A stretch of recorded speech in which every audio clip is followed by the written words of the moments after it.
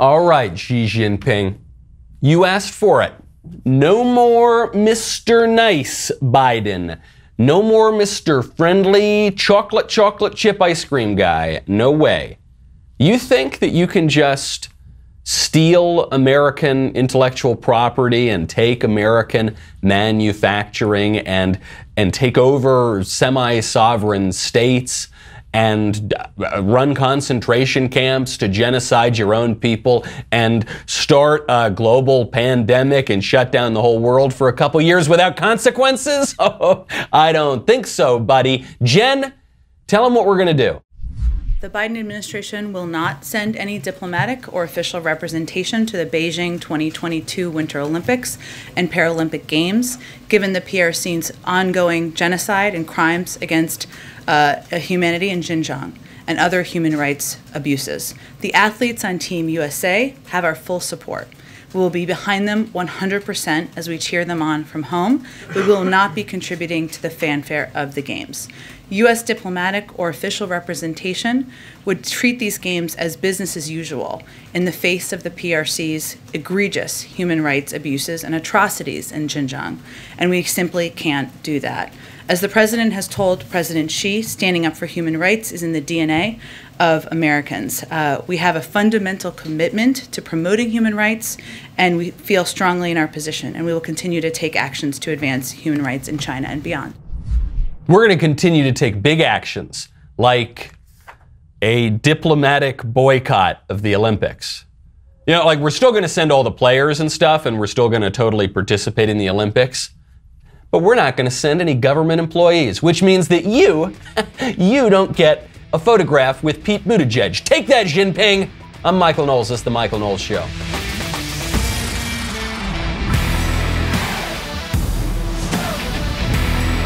Welcome back to the show. My favorite comment yesterday is from Farside SC, who says, although I found the Jersey Shore reference on yesterday's show, or today, so this was today's show, but yesterday's, because I'm talking to you now, it's the future. Although I found the Jersey Shore reference to be humorous, whoever knew the reference on your staff should be fired for having watched the show. Oh, that staff member should be fired. Is that so? Well, then I guess there's not going to be much of a show anymore moving into. There won't be much of a Michael Knowles show, that's for sure. I sound like I'm Kamala Harris, and that little staff member was me. That was me who watched the show, and it's a great show, and it's the greatest reality TV show ever. When you watch things like the Jersey Shore or the Daily Wire, things that maybe you don't want the authorities to know about, so they send you off to the re-education camps, you should check out ExpressVPN. It is so easy to hack somebody. Did you know that? And every time you log onto the internet at a cafe or at the airport or in a hotel, I'm in a hotel right now. Every time you log in, you are exposing a lot of your data, which is why I never do it without ExpressVPN on my phone and on my computer. Hacking someone is so easy, a 12-year-old can do it. And hackers can make $1,000 per person for the data that they sell on the dark web. Don't do it. Use ExpressVPN. Creates a secure encrypted tunnel between your device and the internet. It's super easy to use. It's just one button and then you're done. You don't have to think about it again. Works on all these devices, phones, laptops, tablets. Right now, do what I do. Protect your data and your identity online. Go to expressvpn.com/Michael, M-I-C-H-A-E-L. That's expressvpn.com/Michael, M-I-C-H-A-E-L. Head on over there. You will get an extra 3 months for free at expressvpn.com/Michael, especially during the Christmas season when you're buying a lot of stuff online. Protect your data. The diplomatic boycott of the Chinese Olympics is a completely meaningless gesture. It does not scare China in the least. It does not have any consequences for China. If the United States kept the players away from the Olympic Games, that might have some effect. It would certainly tarnish the credibility of the Olympics. It would certainly take down the ratings. The ratings would not be as strong. But withholding some diplomats and some cabinet officials and Pete Buttigieg, it's not going to do anything. It almost would have been better if the United States had done nothing at all.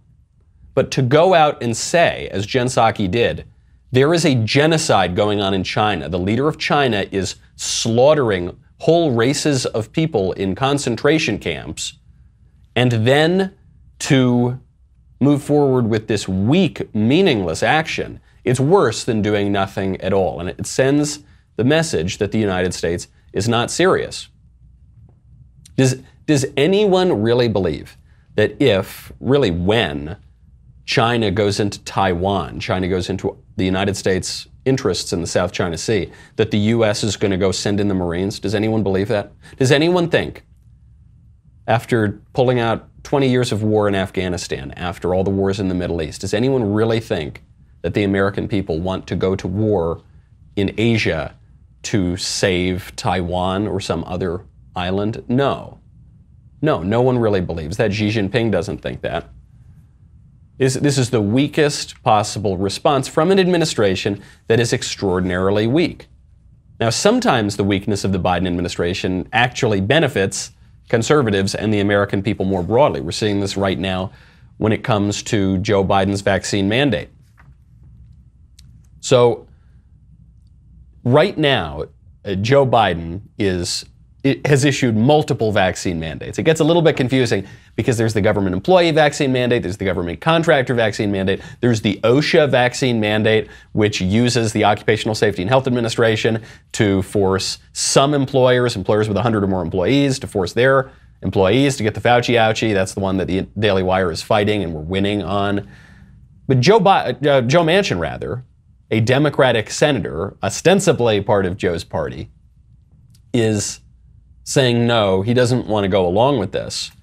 And he's actually saying now that he will side with the Republicans to work on a bill that will undermine his own president's and his party leader's vaccine mandate. He says, quote, "I do not support any government vaccine mandate on private businesses. That's why I have co-sponsored and will strongly support a bill to overturn the federal government vaccine mandate for private businesses." The lesson here is simple. Stand firm. Stand firm. A little courage goes a long way. When Joe Biden issued his vaccine mandate, he thought he could get away with it because the Democrats control the entire government. They have both houses of Congress and they have the White House. And the courts aren't particularly favorable to Republicans either, even though there are plenty of Republican judges there. Joe Biden thought, I've got the administrative state, I've got the media, I've got Hollywood, I've got woke corporate America, I've got the schools, I've got everything, and so I can do this and no one's going to fight back. And then a handful of people fought back. And I don't want to brag too much here as someone from the Daily Wire, but the Daily Wire led that charge among the private employers. And we sued the Biden administration in the Sixth Circuit Court of Appeals. Other people sued in the Fifth Circuit Court of Appeals. And we're winning, and we're very clearly winning. And when you show a little bit of courage, that's going to show other people that they can show a little bit of courage. And that's what's going on right here. And Joe Manchin is standing up to the leader of his own party. And now it looks like we're going to win. And there's very little that the Democrats can do about that. Shows there's not unity even within the Democratic Party here. Now, at the local level, it doesn't matter. Places that are completely blue, so blue they're actually red, not red like Republicans, red like the commies, they're going to push for even more vaccine mandates. You're seeing this in New York right now. Bill DeBlasio has announced just yesterday that he is going to force all private sector employees in New York City to take the Fauci ouchie. We in New York City have decided to use a preemptive strike to really do something bold to stop the further growth of COVID and the dangers it's causing to all of us. So as of today, we're going to announce a first-in-the-nation measure. Our health commissioner will announce a vaccine mandate for private sector employers across the board. All private sector employers in New York City will be covered by this vaccine mandate as of December 27th. We're going to have some other measures as well to really focus on maximizing vaccination quickly so we can get ahead of Omicron and all the other challenges we're facing right now with COVID. DeBlasio is going to launch a preemptive strike 21 months after 2 weeks to slow the spread. It's going to be very preemptive because of the Omicron. And, you know, the Omicron that hasn't killed anybody yet, and the Omicron that doesn't seem particularly dangerous compared to the other variants. yes, he's going to launch this vaccine mandate. And a lot of conservatives are saying, Bill DeBlasio doesn't have the right to do this. This is a violation of fundamental rights. I don't think that's true, and I don't think it's a winning line of argument. I think Bill DeBlasio has the right to do this. I think, especially local governments, they have the right to enforce a whole lot of laws that I don't like, including vaccine mandates. They have the political right. We have some individual rights, but we also have political rights as a community. And one of those rights that has been asserted in the United States going back 115 years at least is the right to public health, and specifically the right to vaccines and inoculations, and mandating that people do that. So I'm not denying that Bill DeBlasio has that political right. I think it's a terrible decision. I think as a prudential matter, it's awful. I would oppose it vigorously. But the only question that matters is not whether Bill de Blasio has some abstract political right. It's, does he have the political power to enforce this? The good news for New Yorkers, and don't forget, I was born and raised in New York. I have a great deal of love for my fellow New Yorkers who are unfortunately suffering under Bill de Blasio. The good news is he's a lame duck. He's on his way out. There's a new mayor that's coming in. And so he doesn't have a ton of political power. If I were giving prudential advice to employers in New York right now, and maybe I am giving prudential advice to them, I would say, just shrug your shoulders. Maybe drag your feet a little bit. Maybe slow walk this thing. De Blasio's a lame duck. We need to turn all these guys into lame ducks. This is a good issue. This issue of forced vaccination, specifically in schools.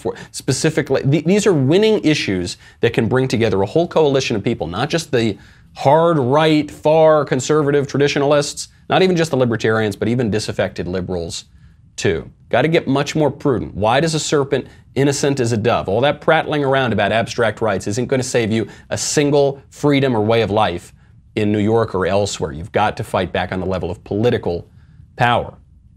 You know, when it comes to political power, I like to hear lots of different points of view. I like to listen to lots of different podcasts and audiobooks, and when I do, I love to use Raycons. If you're like me, you put off getting your Christmas presents until the last minute, and then you think, oh, what am I going to get my wife? And then I actually have done this. You Google gifts to get your wife, or you go gifts to get your dad, or gifts to get, and, you know, okay, how about a gift that everyone will love? I'm talking about Raycons, which I actually did give to my dad a couple of Christmases ago. And then I had one for myself. I was so excited. I got my Raycons. They were great. They sound great. They're super sleek looking, come in lots of cool different colors. They don't have those little stems sticking out that make you look like a bug. Really high quality earbuds, and they start at a much lower price point than some of the competitors. But I don't have them anymore because my wife took them from me. So maybe this year for Christmas, maybe I'll get myself a few more pairs. The price is so low and reasonable, you could do that. You can get a pair and a spare. This Christmas season, knock out that gift list. Avoid the last minute shipping scramble, especially with all the supply chain nonsense.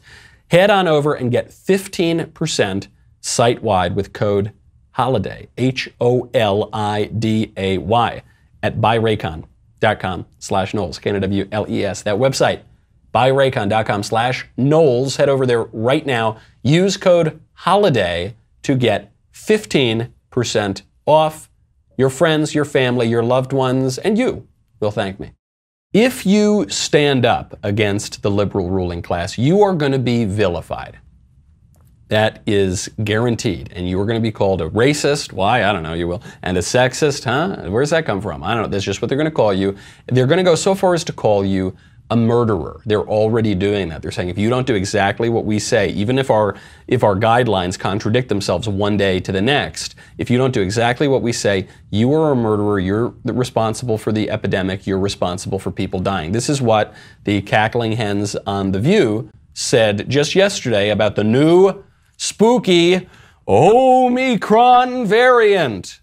They feel that their greater good is more important than your greater good. Well, you know, it was interesting to me that the argument was being made, if you're vaccinated, why do you care about me being vaccinated? You're protected. And that's why we are at the Omicron variant, right? That's why we are where we are, because it's mutating. It's becoming this crazy superbug inside of the people that aren't vaccinated. And now it's affecting us. I don't know why they were not understanding that. We've got like 80 million people that are not vaccinated. They understand. They don't want to. Yeah, period. We all understand. So first of all, the CDC has already told us that the vaccine does not totally prevent you from contracting the virus or transmitting the virus. They told us this at the end of July. This is why the vaccinated are still required to wear masks, even in lots of different settings, even after they've received the vaccine.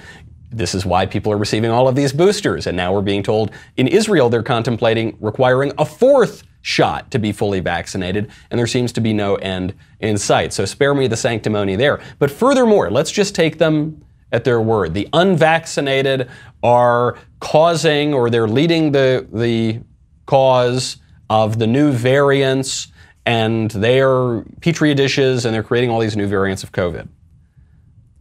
What we are told right now by the scientists, by all the geniuses, is that the new Omicron is less dangerous than the Delta variant, for instance, or the original variant, or some of the other flavors as well. When viruses mutate, they generally speaking become less dangerous. And these less dangerous strains can become the predominant strains. Isn't that a good thing? Don't we want it?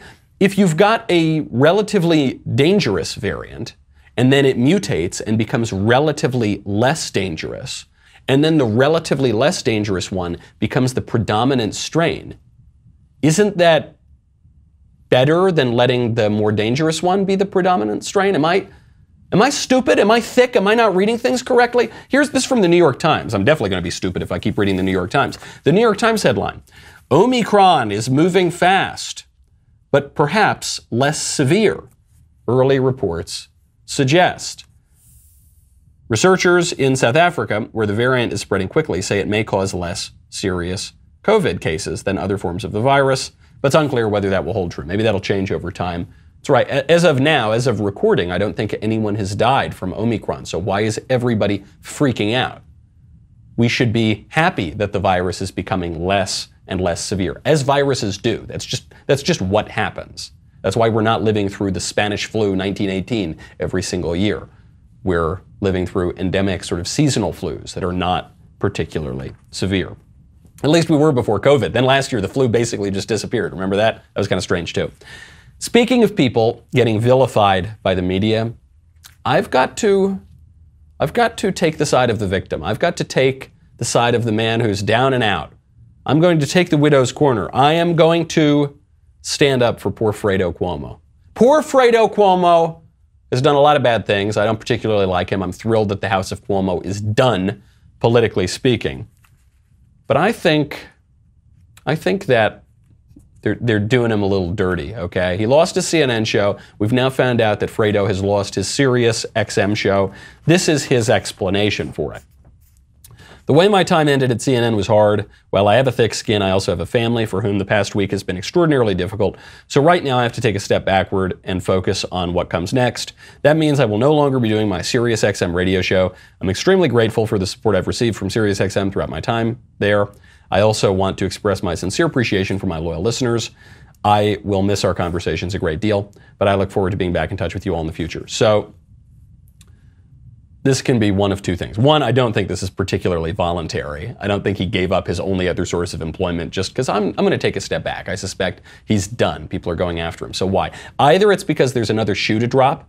Either it's because they've got a bunch of scandals up their sleeve that they're going to drop on him. They're either threatening to release it if they don't play nice, if he doesn't play nice, or it is already going to come out and Cuomo's trying to get ahead of the story and back out. So that's one option.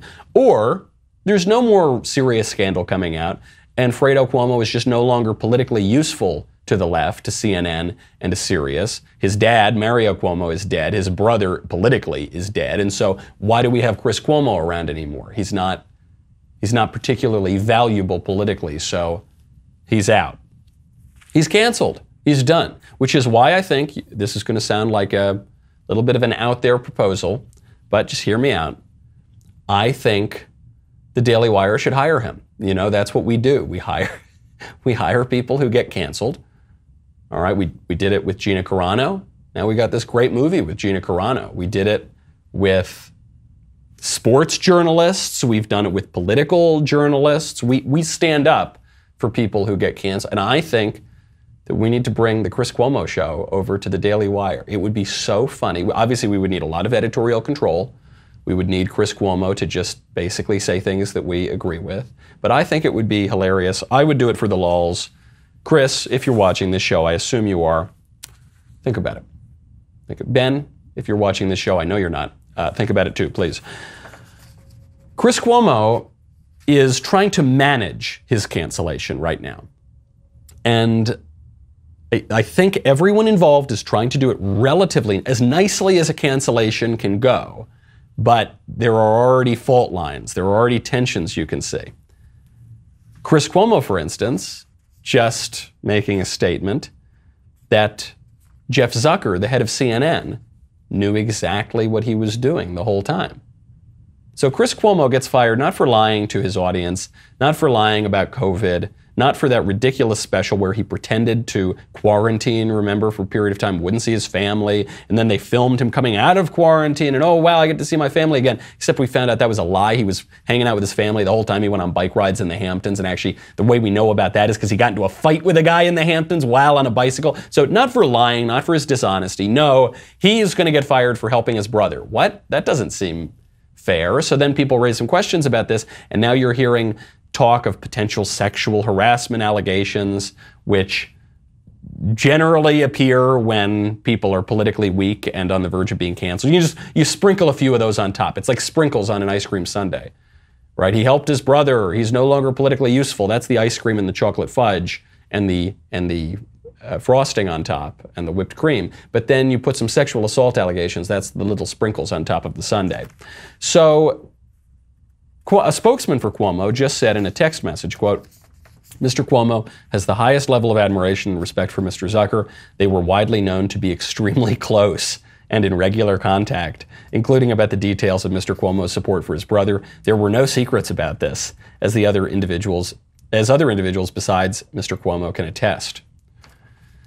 Yeah, oh, there it is. There is Cuomo twisting that knife with a big smile on his face. Just a spokesman just saying, look, no, these men are really close. Chris has such respect for Mr. Zucker.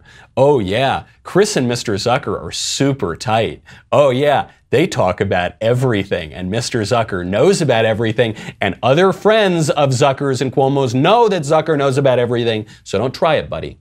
Don't try this. Don't pretend that Chris Cuomo was out here on his own helping his brother and no one knew about it. That's obviously, I said this on the show. You know, I hate to tell you I told you so. I said, everyone at CNN knew about this. There's no new information. In terms of what CNN knew about their host, nothing has changed in the past week or two. All that has changed is the political calculation. And now they're going to pretend, oh gosh, we're rooting out corruption. BS. Now, these sexual assault allegations, I don't know, maybe they're sexual harassment or whatever they're vaguely insinuating. They seem trumped up to me. They seem fake. Maybe they're true. But what it seems to me is CNN got caught. They got caught in some really corrupt practices. They're trying to throw Fredo under the bus. They're trying to take him out on that lake in that little fishing boat. And Fredo is in a standoff right now, okay? And they're not, but I have to tell you, this is like the Iran-Iraq war. I hope they both lose. You know, when you want to win, not lose, but win, I would really strongly urge you to go check out Hunter Douglas. So I did not know this before getting married and getting a house. I did not know how important window treatments are. Not just for how your house looks, but how you feel in your house. One of the most important things about your apartment or about your house is going to be light. We love light. We want to go toward the light. You know, we want the light to fill up our rooms, and you want it to be managed in a really elegant, beautiful way. Hunter Douglas has incredible shades that will diffuse harsh sunlight to cast a beautiful glow across the room. You can enjoy the view outside of the window while protecting your privacy inside. They've got great insulation. It's really wonderful, keeps you warm in the winter, cooler in the summer, lowers utility bills. They've got that Goldilocks moment when you walk into the room, this has happened to me, and you just think, the light is perfect.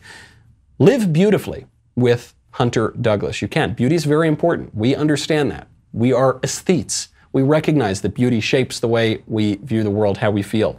Enjoy greater convenience, enhanced style, and increased comfort in your home throughout the day with Hunter Douglas. Also, right now, you've got to subscribe to the Morning Wire. If you are not tuning into the Morning Wire, you're not getting your news in the morning in that quick 15-minute, not a ton of commentary, not a ton of analysis, just here are the facts. You know, the left is really good at this. That's why they have the New York Times and they have NPR. And what they do is they pretend to give you the facts and they speak in a really quiet voice, you know, and they say, hi, welcome to the New York Times. I'm Michael Ba.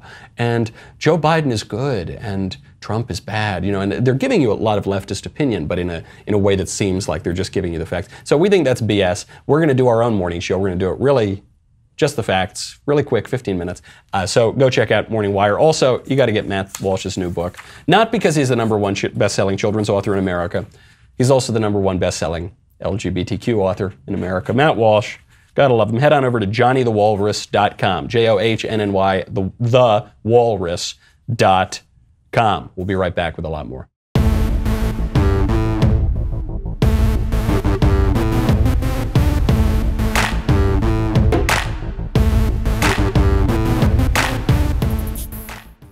Welcome back to the show. Some really good news coming out of Washington. That is a sentence I almost never say, but there is really good news. And we have a handful of Republican senators to thank for this, notably Ted Cruz, great friend of the show, rather. Josh Hawley sponsored this amendment. The great news is that we might not yet, as a nation, start drafting women and sending them into the line of fire. You'll remember that during the vote over the National Defense Authorization Act, there was a provision that the libs put in there to draft women. And some squish Republicans went along with this, and it's disgusting. To me, a vote for drafting women is basically disqualifying if you are a conservative. But a lot of people went along, and a lot of other conservatives didn't raise a ruckus. There were a handful of us who said this is disgusting, this is shameful. Anyone who votes for this does not deserve to walk into the Capitol, does not deserve their seat in the House or in the Senate. And so some of the good guys in the Senate pulled it out. Josh Hawley, last month, introduced an amendment to the NDAA that would strip out that language about drafting women. The amendment was co-sponsored by Ted Cruz, Tom Cotton, Roger Marshall, Roger Wicker, Cindy Hyde-Smith, Steve Daines, James Lankford, John Boozman, Mike Lee, and Marco Rubio. And I say all of their names because they deserve credit here. They deserve credit for taking that out. If we as a nation start drafting women and sending them to go die in the Middle East or whatever we're going to send them to do, we are not a nation worth defending. Okay, what do we stand for? The whole reason that people go out there and fight to defend this country is to protect the women and the children and our way of life. But you're telling me, you libs and you squishes that go along with it, that you want to upend that way of life, upend those standards, send the very thing that we're protecting, the very people we're protecting, the very institutions we're protecting, send them overseas, throw them under the bus, or get rid of them entirely. It's ridiculous. And what some of the squishes would say, or the liberals would say, is, well, you know, look, women are just the same as men, and they should have all the same responsibilities and opportunities as men do, and including getting drafted and dying overseas. No, they're not the same as men. That's the point, guys. Remember, we're the conservatives. You remember that? We're the ones who say men and women are different, stuff like that, and there's a biological reality, and there's things like chivalry, and we should hold the door for women, you know, and we should, because we're different and all that. But yeah, but women want equal rights, so that, yeah, right. But The libs, just because the libs and the feminists say that men and women are exactly the same, doesn't mean that we should go along with that. It's not owning the libs to accept all of their fundamental premises. That's called owning yourself. Okay? Don't do that. So great job to all these guys, clearly showing some moral clarity. And speaking of moral clarity, I've got to address a topic that, oh gosh, this got me in a lot of trouble over the weekend. I was on Twitter, just wasting time on Twitter, and we were debating abortion. And all these libs were very upset that there's a chance that the Supreme Court will overturn Roe versus Wade. And then hopefully we conservatives can go further and ban abortion everywhere, make it illegal, and prosecute abortionists. And this is basic stuff. And the libs lost their minds and said that this is terrible and abortion's a wonderful thing. And I pointed out abortion is the worst thing America's ever done. And the libs thought they had a trump card. They said, how dare you say that, Michael? How dare you say that abortion is worse than slavery? Of course abortion is worse than slavery. Abortion is much, much, much worse than slavery. It's not even close. By just about any metric that I can think of, other than the most inhuman materialist standard that takes no account of moral or ethical or metaphysical reality, abortion is much, much, much worse than slavery. Just on the standard of liberalism, just on the standard of, we have natural rights to life, liberty, and the pursuit of happiness. If you're talking about abortion and slavery, then you're talking about abortion, which deprives you of your right to life, and slavery, which deprives you of your right to liberty. Liberty is a secondary right. You can't have liberty without life. So, of course, if those two come into conflict, you've got to go with life. Furthermore, we know that life is this precious gift that we have been given, without which we don't have any of the other rights. So, putting aside liberal philosophy for a second, just go back to basics. Just remember that life is not a right, it's not just one among many, it is the prerequisite right for all of the other rights. And so, of course, if you are deprived of that, that is a more grievous offense than if you are deprived of some of your autonomy, if you are deprived of a lifetime of autonomy, even. But slavery involves suffering. Yeah, well, getting chopped up in the womb involves suffering too. But even beyond that, you're telling me that because one suffers, it would be better to die? No one really believes that because we all suffer. And you people who are making that argument right now, you people out in the Twitterverse, not you listeners, you're very sensible people, but you libs who are making the argument that if one has to suffer, even immensely, like we're talking about with the case of slavery, that it would be better to die, you don't believe that.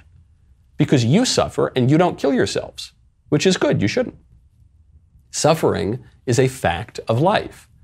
And suffering can be a bad thing if you react to suffering in a destructive way, or it can be actually an edifying thing, a sanctifying thing. If we react to suffering with patience and with virtue, it can actually help us to grow. Suffering it's a fact, okay? And it's up to you to react to that. But I don't think that killing yourself, saying that suffering, even immense suffering, justifies killing yourself or being killed, I don't think that makes a whole lot of sense. Of course, abortion is much, much worse than slavery. And by the way, all of you right side of history people who look down on our forefathers and make more, and forget about the slaveholders for a second, just anyone who came before us, who maybe made an untoward remark or did something that you disapprove of, just you wait.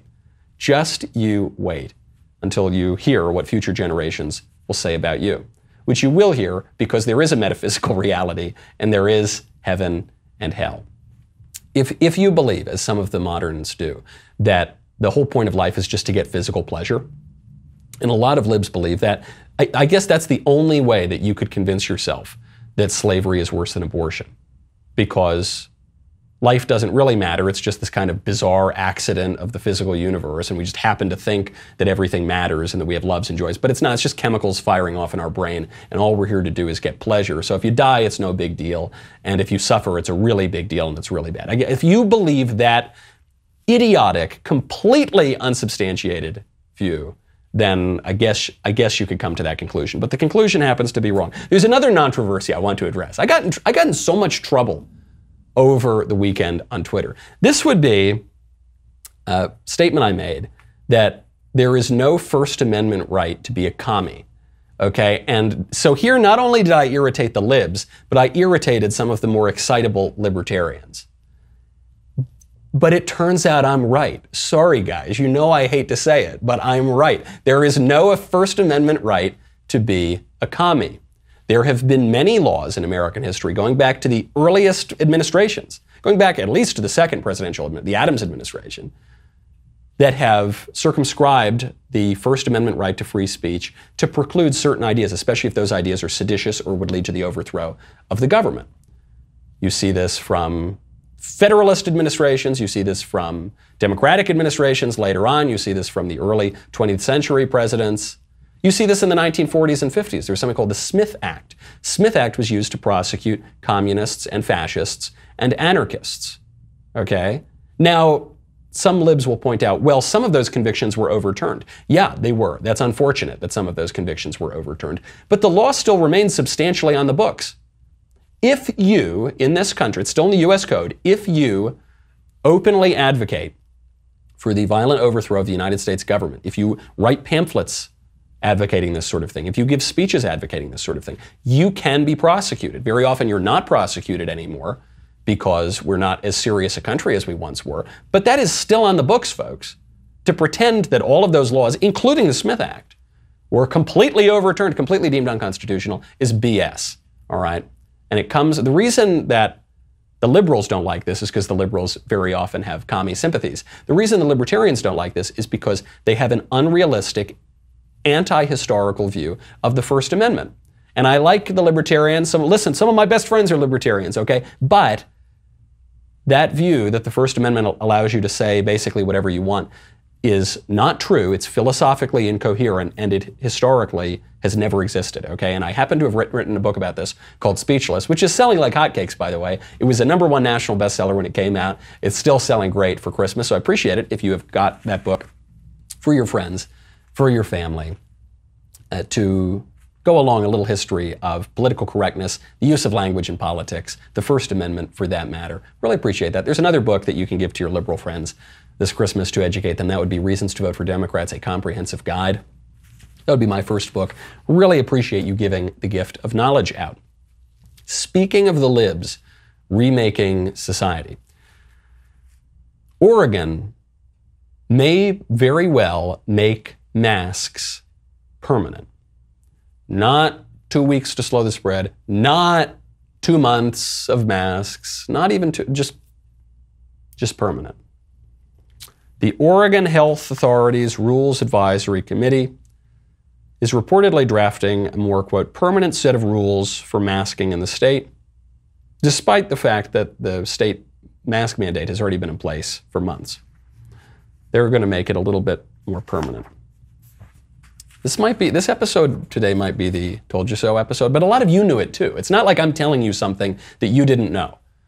A lot of us were saying in the comments and in All Access and on the show and elsewhere, we've been saying from almost the earliest days of the COVID stuff that there was no end to it. It wasn't going to end in 2 weeks or 2 months or even 2 years.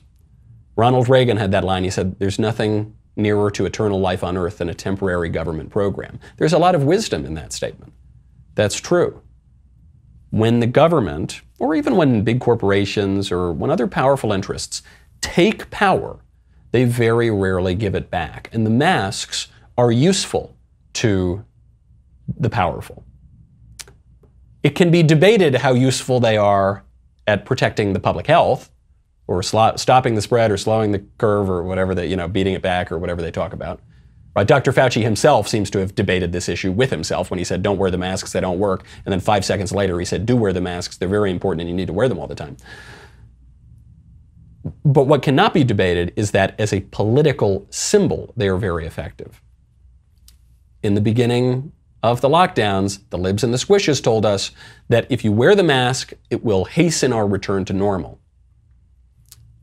Some of us out there said the opposite is true. The longer we wear the masks, the longer this is going to go on, because the masks are a visual cue. They're a symbol that things are not normal, that we're living in extraordinary times, and we need to give up extraordinary power and rights to the people who are claiming to rule us during this emergency. And now they want to make it permanent. It seems so arbitrary, it seems so capricious, but it is a symbol, a political symbol of their ability to rule. The only way to take that power back is politically, vote these guys out of office and put in sane people, but also just push back a little. When maybe don't be so quick on the draw to put the cloth on. Maybe, use your prudence if you really want to. Maybe you really like the masks. Okay, that's fine. But if, as this all seems, this is capricious and arbitrary and extraordinarily partisan and political, maybe use your prudence. Okay, that's all am I allowed to say that? I don't know. I don't know, because the liberal establishment controls everything, including big tech. Speaking of political power and tech, Devin Nunes is retiring from Congress. He's just announced his retirement from Congress. Devin Nunes it still is, a rising star in the Republican Party. He was really good on some of the government abuse during the Trump administration, the deep state abuse against the Trump administration. Well, now he's leaving Congress. I think he's leaving even before his term is over. He's leaving to run a Trump tech media enterprise. And the libs are laughing and dancing, and they're so happy, and they're even kind of making fun of him. They're saying, oh my gosh, you're leaving Congress to go do this crazy thing with Trump? Yes, he is, and it makes perfect sense as to why he is. Because he didn't have any power in Congress, because the power of Congress, such as it ever was, has been usurped. It's been usurped in part by the deep state. It's been usurped in part by private industry because of deregulation from the left in certain cases and deregulation from the right. What Devin Nunes is doing is just what Jim DeMint did when he left the Senate, because he said he couldn't do anything in the Senate. He went and ran Heritage. Now he's running the CPI, another conservative institute. Because power does not lie exactly where we think it does, where I'm a bill up on Capitol Hill Schoolhouse Rock told us it was. Speaking of shifting political power, there is a horrifying headline coming out of Switzerland. Switzerland has legalized, or is in the process of legalizing, 3D printable suicide pods. An Australian doctor, Philip Nitschke, it's kind of fitting that his name sounds like Nietzsche, this very nihilistic, brutal thinker. He has announced that 3D printed devices that are being called Euthanasia Pods are a coffin-like device that makes assisted suicide accessible for nearly everybody and without medical intervention. You don't even need a note from your doctor to kill yourself. Will soon be available in Switzerland.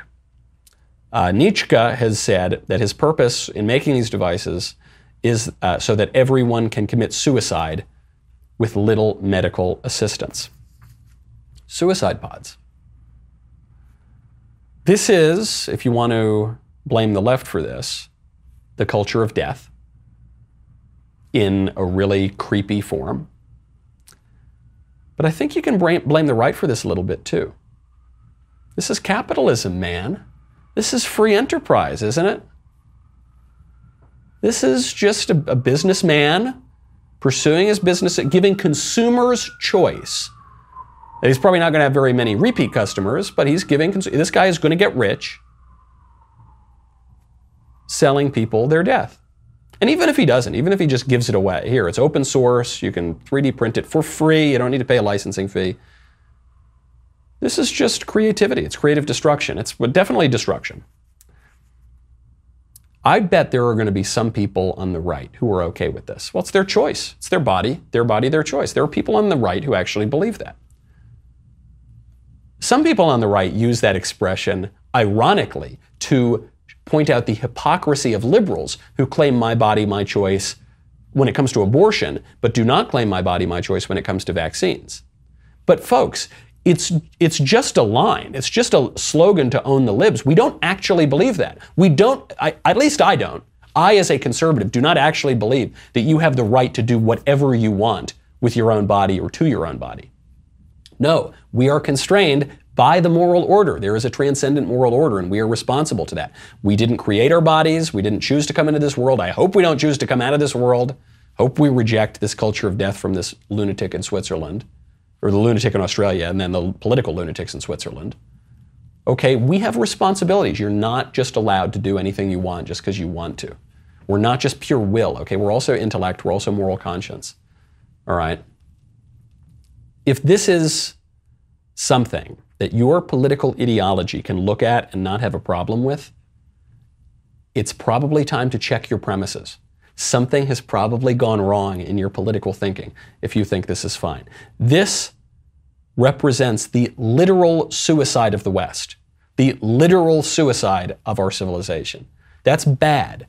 I for one don't want that, okay? And so the things that are leading our civilization to commit suicide, whether that is the destruction of our culture, the emptying out of our churches, the breakdown of the bedrock political institution, such as the family and larger political institutions, the breakdown of loyalty to our own countries, mass migration, the decline of birth rates, mass abortion, or in this case, literal suicide, whatever it is, we got to stop it.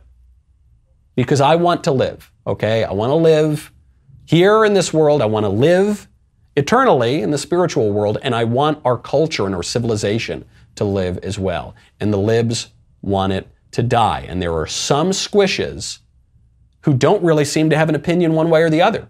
They just say, well, it's choice. Well, it's whatever you want. Well, it's the free market. Well, it's capitalism. Well, no, man. There's no neutrality when it comes to life or death. Pick a side. Speaking of promiscuous sex, oh no, hold on. There was something I wanted to get to before I get to this. Because promiscuous sex does have a pretty big role in the death of the West. But before I get to the Biden administration on this, I want to get to Bernie Sanders. Bernie Sanders and a lot of other Democrats are defending abortion as the central sacrament, right? This is the sacrament of leftism. So Bernie says, quote, "We can't go back to the days when women had to risk their lives to end an unwanted pregnancy. We must pass legalization that codifies Roe v. Wade as the law of the land. And if there aren't 60 votes to do it, and there are not, we must reform the filibuster to pass it with 50. Speaking of neutrality, speaking of, well, it's just whatever you want. Well, it's just free choice. Well, it's the will of the people. No. This kind of thinking, this next battle in abortion rights and pro-life, if Roe v. Wade gets overturned, shows you the ultimate weakness of neutral liberalism, or originalism even, or textualism. Originalism, this theory, this interpretive principle of reading the Constitution that has been really prominent for several decades now, it may or may not prove effective in overturning Roe v. Wade. I hope it's effective. I'm not sure that it will be, but I hope it is. Regardless, we need to make more serious arguments. The arguments that the conservatives have made for a long time is something to this effect. Well, you know, look, the Roe v. Wade is constitutionally completely ridiculous and it has no basis in the Constitution, but that doesn't mean that abortion will be outlawed or necessarily even should be outlawed. New York is going to have abortion. Tennessee is not going to have abortion, and that's federalism, and that's just, you know, we're talking about the text of the Constitution, and then the people can make their own decision. Okay, I get why that argument is instrumentally useful and true in as far as it is true. But it's not good enough.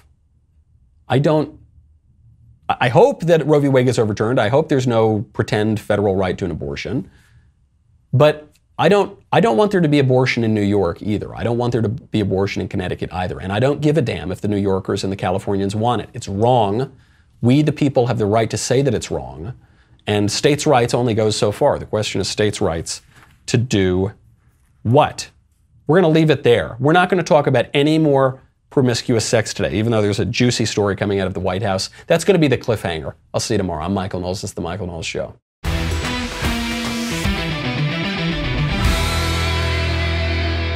The Michael Knowles Show is produced by Ben Davies. Executive producer, Jeremy Boring. Our technical director is Austin Stevens. Supervising producer, Mathis Glover. Production manager, Pavel Vidovsky. Editor and associate producer, Danny D'Amico. Associate producer, Justine Turley. Audio mixer, Mike Coromina. And hair and makeup by Cherokee Hart. Michael Knowles Show is a Daily Wire production. Copyright Daily Wire 2021. On the Matt Walsh Show, we talk about the things that matter, real issues that affect you, your family, our country, not just politics, but culture, faith, current events, all the fundamentals. If they matter to you, come check out the show.